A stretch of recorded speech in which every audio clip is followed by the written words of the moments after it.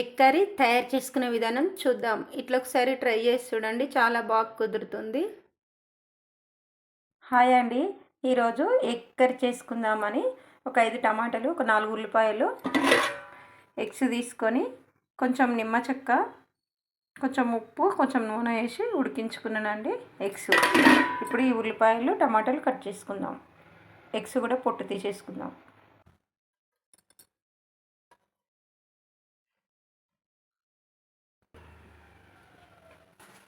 ఇప్పుడు కొంచెం నూనె వేసుకున్నా కదండి. ఇప్పుడు ఉల్లిపాయలు వేసి ఫ్రై చేసుకోవాలి. కట్ చేసుకున్న ఉల్లిపాయలు.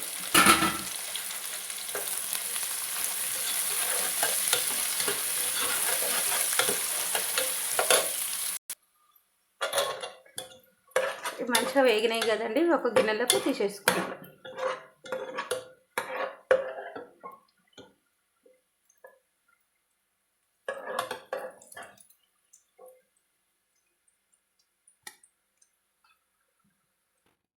ఇవి పక్కన పెట్టేసుకుందాం చల్లగా అయ్యేదాకా.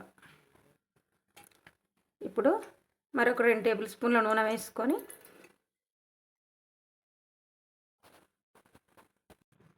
ఇప్పుడు ఎగ్స్ని ఫ్రై చేసుకుందాము.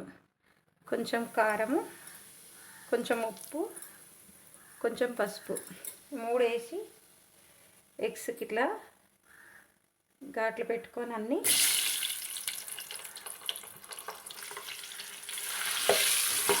నూనెలో మంచిగా ఫ్రై చేసుకుందాము. ఇప్పుడు ఉల్లిపాయలు కొంచెం చల్లగా అయినాక ఒక 10-12 కాజు మిక్సీ జార్లోకి తీసుకొని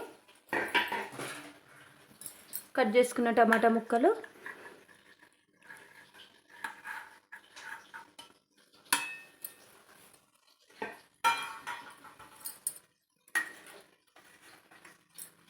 ధనియాల పౌడరు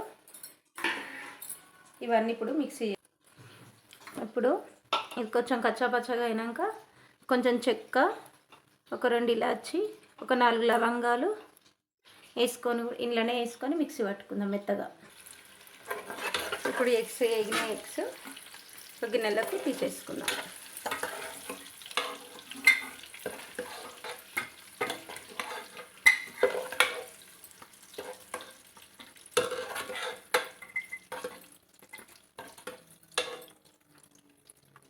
ఇట్లా అన్ని ఎగ్స్ తీసేసుకుందాం.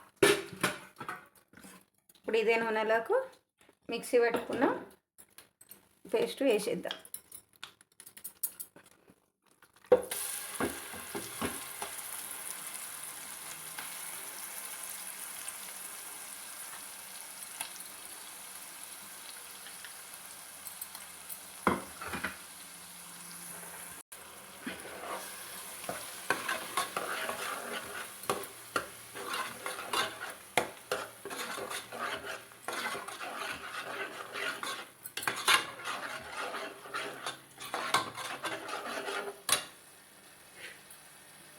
ఇప్పుడు ఇందులోనే ఒక స్పూను అల్లం వెల్లిపాయ పేస్ట్,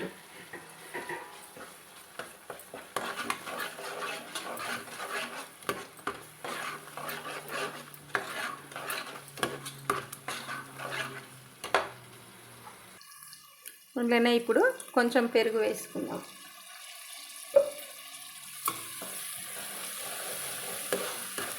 పెరుగు కూడా ఇంట్లో మంచిగా కలిసేలాగా కలుపుకుందాం.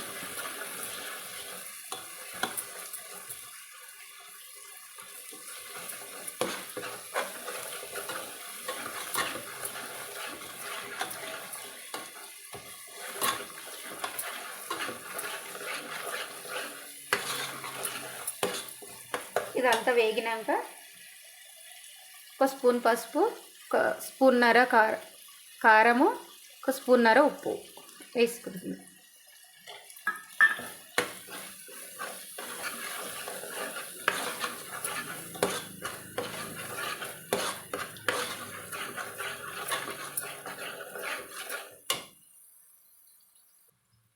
ఇప్పుడు నూనె వెడుస్తుంది కదండి. ఇది మంచిగా వేగిపోయింది.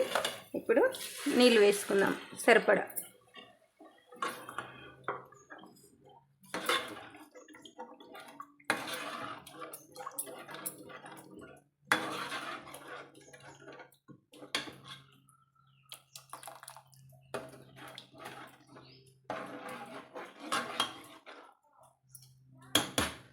ఇప్పుడు ఇది ఒక ఉడకనిద్దాం.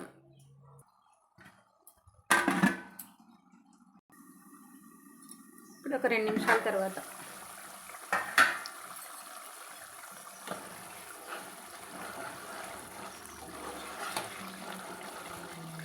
ఇప్పుడు ఇదే టైంలో ఉప్పు కారం ఒకసారి ఎట్లున్నాయో ఒకసారి చెక్ చేసుకోవాలి.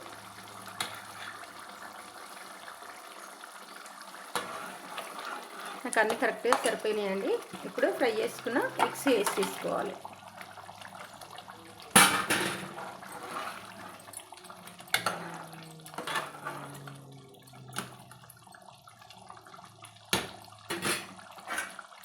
మరో 2 నిమిషాలు ఉడకనిద్దాం.